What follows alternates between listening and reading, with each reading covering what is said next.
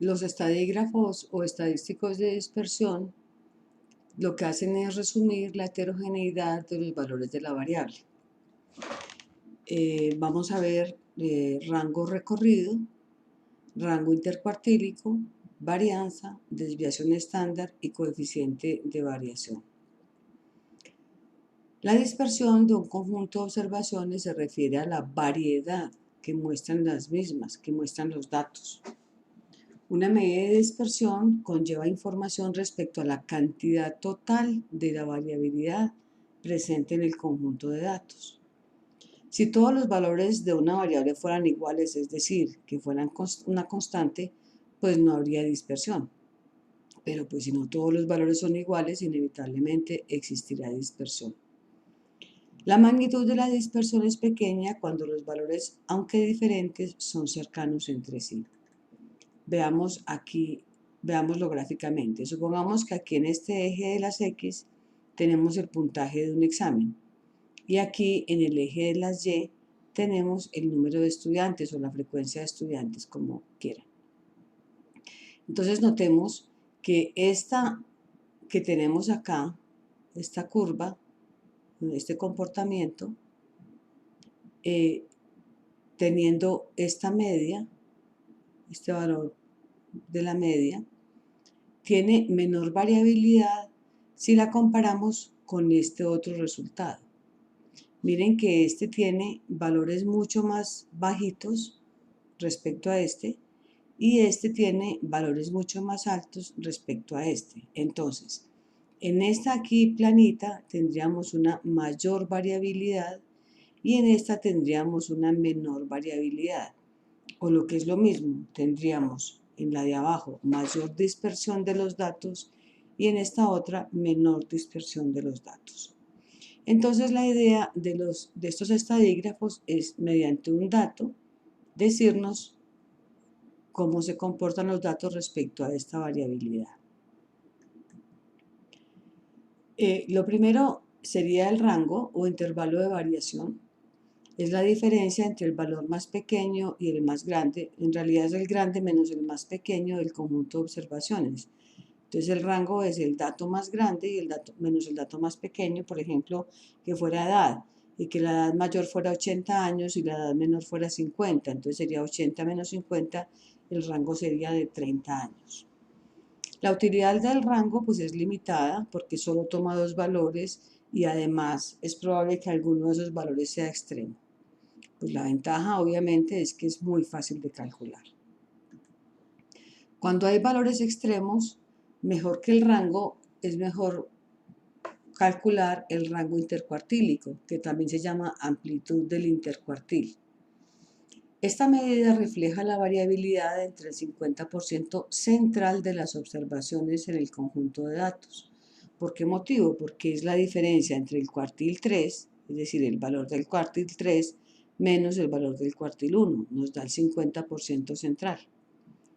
También se puede calcular la razón del rango intercuartílico, que sería el del rango intercuartílico sobre el rango por 100 para saber qué porcentaje del rango intercuartílico está ocupa en el rango común y corriente, pues en el rango que es valor superior menos valor inferior. Otra medida de dispersión es la varianza, es importantísima. Se utiliza para muchas cosas, para contrastes de hipótesis, para cálculo de muestras.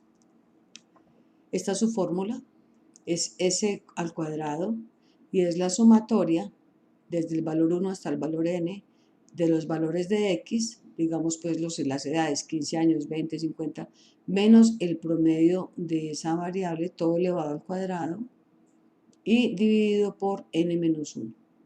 Entonces el promedio de los cuadrados de las distancias de los valores de la variable a la media.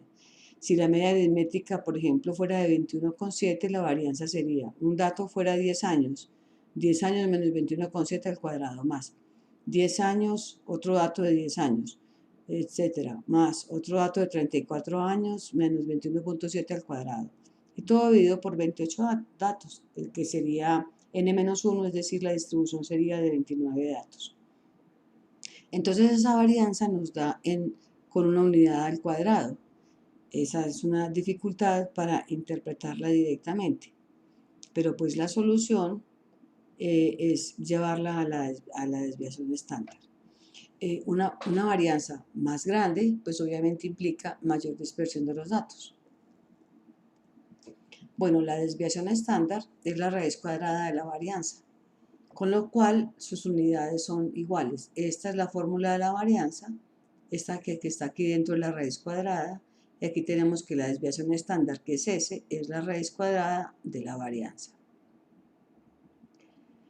Hablemos un poquito más de la desviación estándar. La desviación estándar en una curva de distribución normal o en una variable que tiene distribución normal, es decir, que tiene la campana de Gauss, tiene unas características muy interesantes. Veamos. Supongamos que tenemos aquí nuestra media, en este caso lo tengo como mu, pues como si fuera poblacional. Tengamos aquí nuestra media. Una curva de distribución normal contiene la media más 1, más 2 y más 3 desviaciones y menos 1, menos 2 y menos 3 desviaciones. Como estamos, el gráfico habla de poblacional, pues por eso está sigma y no S. Y está mu y no X barra. Bueno, pero para la interpretación es lo mismo. El promedio más 1 y menos 1 desviación estándar contiene el 68,2% central de la población. El promedio más 2 y menos 2 desviaciones estándar contiene el 95,4% central de la población y el promedio más 3 y menos 3 desviaciones estándar contiene el 99,6% de la población. Mientras más grande sea la desviación estándar, pues más dispersos son los datos o más heterogénea es la distribución. Supongamos que yo tengo aquí una media de 40 años. Una media de 40 años. Entonces, y que la desviación estándar es de 2 años. Entonces aquí tendría 40 años, 42, 44, 46. Y hacia abajo tendría 38, 36, 34. Así podría hacerme una mucho mejor idea de la distribución. Por ejemplo, entre 38 y 42 están el 68,2% de la población. Entre 36 y 44 estaría el 95,4%. Y bueno, también puedo hacer la cuenta para las 3 desviaciones. Supongamos que también que tengo en otra localidad una distribución también con promedio de 40 años, pero que la desviación estándar es de 5. Entonces ya aquí sería 40, 45, 50, 55. Y hacia abajo sería 35, 30 y 25. Entonces ya el 68,2% central de la población estaría entre 35 y 45 y el 95,4 entre 30 y 50. Eso es lo que significa una desviación estándar. ¿Qué tan dispersos están los datos? Si nos devolvemos a esta imagen, esta tendría una desviación estándar más grande que esta. Obviamente también una varianza más grande. Mayor dispersión, mayor varianza, mayor desviación estándar, menor dispersión, menor varianza, menor desviación estándar. Bueno, el coeficiente de variación es otra medida de dispersión que se calcula con la desviación estándar sobre la X barra o el promedio multiplicado por 100. A veces se presenta en porcentaje, a veces se presenta directamente en la proporción. Es una medida dimensional. Eso es lo que la hace muy interesante, porque como la desviación estándar y la media tienen las mismas unidades, por ejemplo, años y años, entonces esas unidades se anulan, con lo cual lo que nos queda es un valor sin unidades. Entonces es una medida dimensional que representa la desviación respecto a la media y permite comparar variables de diferentes unidades. Por ejemplo, yo puedo comparar la variabilidad del peso y la variabilidad de la talla, cosa que yo no podría hacer directamente, sino que tengo que llevar a una medida adimensional para que me pueda permitir comparar kilos y centímetros, por ejemplo. Si suponemos que la distribución de los datos es normal, un coeficiente de variación menor o igual a 33% o al punto 33 mostrará una población homogénea. En ese tipo de población, la media obtenida es muy representativa del total de las observaciones. Pero si el coeficiente de variación es mayor al punto 33 o al 33%, eso nos indica que la población es muy heterogénea, o sea que el promedio o la media va perdiendo la representatividad, con lo cual es mucho mejor utilizar la mediana, porque la mediana no se deja afectar por los valores extremos. Bueno, nos faltan los gráficos para variables cuantitativas. Esto es un histograma, no son barras, es un histograma en la medida en que lo que contabiliza es el área bajo la curva. Entonces se utiliza cuando se se trabaja con variables cuantitativas como la edad, el peso, la talla. Se agrupan por clases por comodidad, que usualmente lo hace directamente el software. En los casos en que los datos son cualitativos, debe elaborarse un gráfico de barras. Tienen que tener en cuenta que es muy distinto. El gráfico de barras, que son separaditas, es para las cualitativas, y este histograma que logra generar un área bajo la curva es para las variables cuantitativas. Otro gráfico muy importante que se usa bastante es el diagrama de caja y bigotes. Este diagrama de caja y bigotes está basado en medidas de posición y en los límites valores superiores e inferiores. Tiene sus bigotes, tiene acá el límite inferior, es decir, el valor menor de la distribución, y en este otro bigote tiene el valor superior de la distribución. La caja está marcada por el cuartil 1 o percentil 25, el cuartil 2 o percentil 50 o mediana, y el cuartil 3 o percentil 75, es decir, nos muestra el 50% central de la población, esa caja. Y aquí viene una línea gruesita que es la mediana. Entonces da mucha información y permite hacer comparaciones entre grupos. Otra herramienta muy importante que ustedes van a trabajar en la comparación de grupos y pues posteriormente en el contraste de hipótesis en estadística inferencial es lo relacionado con las tablas de contingencia. Entonces vamos a ver los elementos básicos de una tabla de contingencia y cómo aprender a hacerlas bien hechas.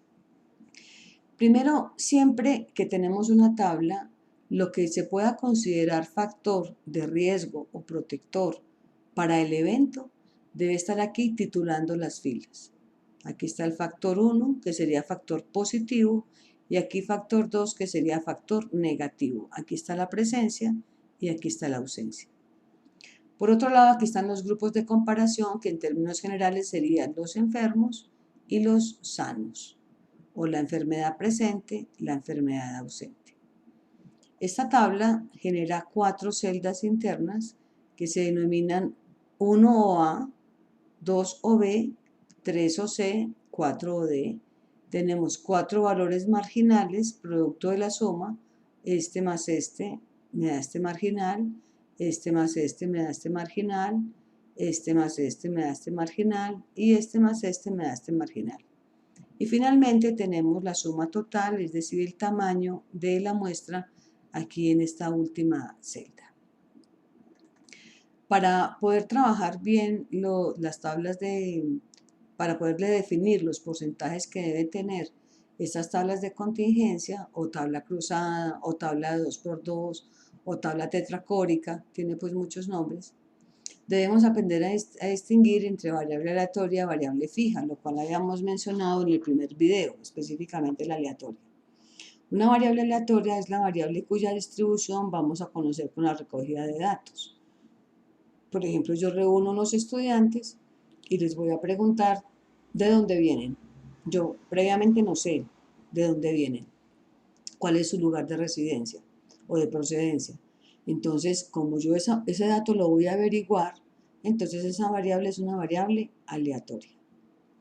Una variable fija es la que conozco su distribución previamente. Supongamos que yo diga que voy a hacer un estudio en 50 hombres y 50 mujeres, un estudio X. Pero yo ya sé que voy a tener 50 hombres y 50 mujeres porque la muestra me definió que necesito 50 hombres y 50 mujeres.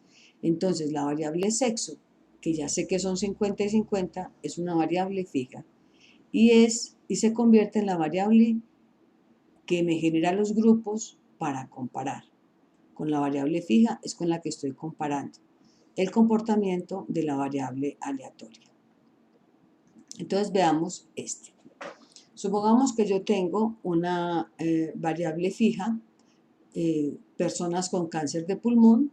Supongamos que tengo 20 personas con cáncer de pulmón y 80 personas sin cáncer de pulmón. Yo hice el cálculo de muestra y me dijo que necesitaba 20 y 80, es decir, me busco las 20 personas con cáncer y me busco las 80 personas sin cáncer de pulmón. Esa es mi variable fija porque de antemano sé que son 20 y 80. Es mi variable fija, pero como es la enfermedad, va aquí en la parte de arriba de la tabla. Y después de que los tenga, les voy a preguntar si fuman o no fuman. Entonces, como fumarles se los voy a preguntar, es la variable aleatoria, pero como es el factor, va titulando las filas. No obstante, como mi finalidad es comparar, ¿comparar a quiénes? A los con cáncer y a los sin cáncer.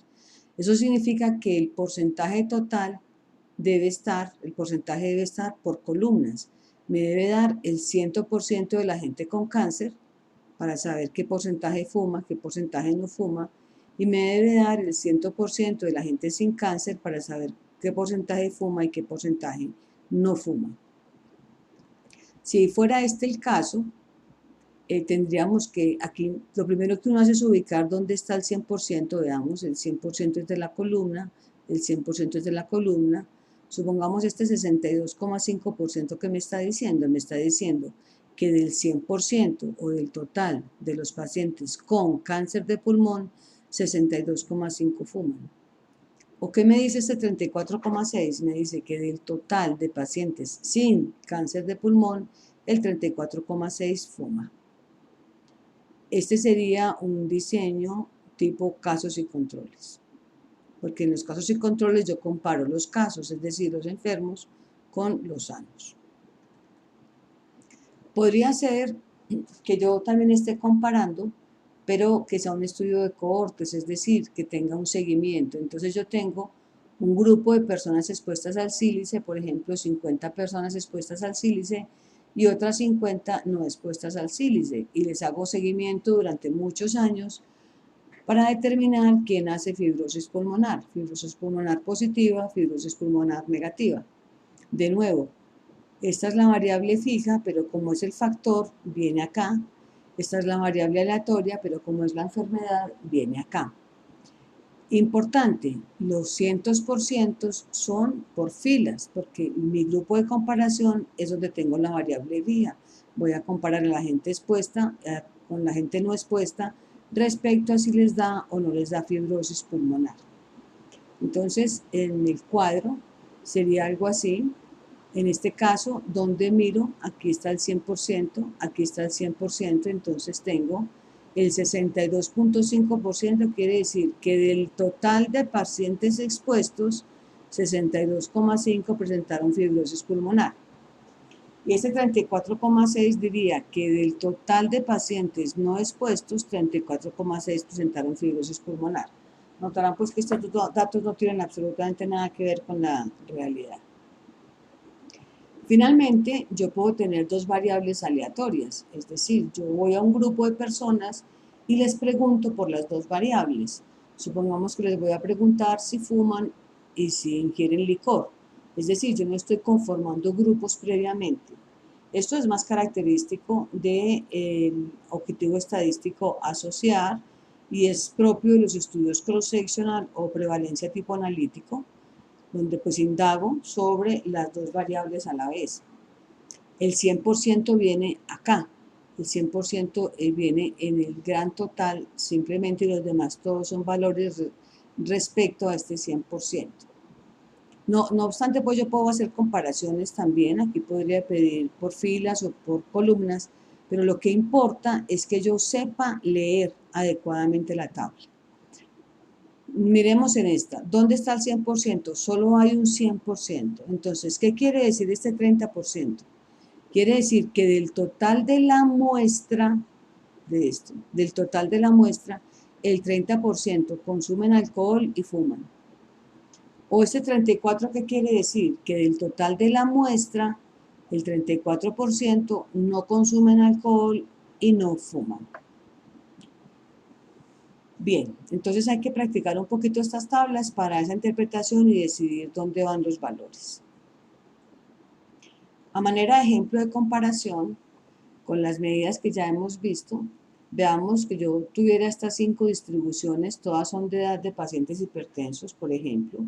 Miren que aquí tengo 40, 40, 45, 60. Este va de 47 a 53, este de 35 a 65 y este de 20 a 80. Está hecho con la intención de lograr una media igual en todos. Entonces mire que la media es un dato único, interesante, pero que no nos da mucha información del comportamiento de la variable. Inclusive la mediana, es decir, el dato central también es 50, tampoco nos da mucha. Entonces, cada vez que tenemos una medida de tendencia central, debemos acompañarla de una medida de dispersión. ¿Dónde empiezan a verse las diferencias? Miren el cuartil 1. El cuartil 1 ya empieza a ser diferente en cada una de las distribuciones. El cuartil 1 de la distribución D es 32.5 años, por ejemplo. En el percentil, pues que también este cuartil también es un percentil, en el percentil 90 también se evidencian ya grandes diferencias. El rango en este caso es muy importante porque nos va a mostrar que el grupo más heterogéneo es este. La diferencia entre el valor mayor y el valor menor es de 60 años. En cambio, miren en el grupo B, la diferencia entre el valor mayor y el valor menor es solamente 6. Entonces, claro, esto parecería redundante si uno tiene esto, pero es que lo usual es que uno solo tiene los resultados. Uno no puede mostrarle al lector todos los datos para que él concluya. Si uno tiene, pues si uno ve 200 pacientes, imagínense el superlistado. Lo que se le presenta al lector es el resumen de datos y esto ayuda mucho. La varianza, de nuevo, veamos, hay sitios donde la varianza es muy grande, de nuevo la D tiene la varianza más grande de todas y la distribución B la más baja. La raíz cuadrada de la varianza es la desviación estándar, veamos aquí, de nuevo la más grande es la de la población D y la más pequeña es la de la B y el coeficiente de variación del que hablábamos ahora, miren, el más pequeñito es el 0,04 que también corresponde a la población B. Entonces, claro, vamos a ver. En la población más dispersa, porque tiene un coeficiente de variación de 0,51 y una desviación estándar de 25, pues miremos, es que va de 20 a 80 años. ¿Sí? Hay una gran heterogeneidad en los datos. Mientras que la B, que nos da todo tan pequeñito, de 47 a 53, están todos juntitos. Hay muy poquita dispersión o heterogeneidad. Y los otros pues son intermedios. Entonces para esto es que se utilizan estos datos de resumen y como les decía ahora, siempre que uno presenta una medida de tendencia central debe acompañarla de una medida de dispersión. Por ejemplo, promedio y desviación estándar. Presentar el promedio y la desviación estándar. O si el promedio no es un buen indicador, entonces la mediana y el rango intercuartílico. Finalmente nos quedan las medidas de forma, los estadígrafos de forma, los coeficientes de forma, que hacen referencia a dos cosas. A la simetría, donde yo utilizo el coeficiente de asimetría de Pearson. Si el coeficiente da 0, la distribución es simétrica, así como la campana de Gauss. Si el coeficiente de Pearson da positivo, hay asimetría derecha, es decir, la cola está a la derecha, los valores, hay más cantidad de valores acumulados en valores bajos y menos en valores altos. En la simetría izquierda tengo lo contrario, a la izquierda está la cola, aquí tengo valores bajos muy poquitos y valores altos muchos. En la kurtosis, que se mide con el coeficiente de kurtosis, pues si el resultado me da 0 es porque es mesocúrtica, es decir, como intermedia.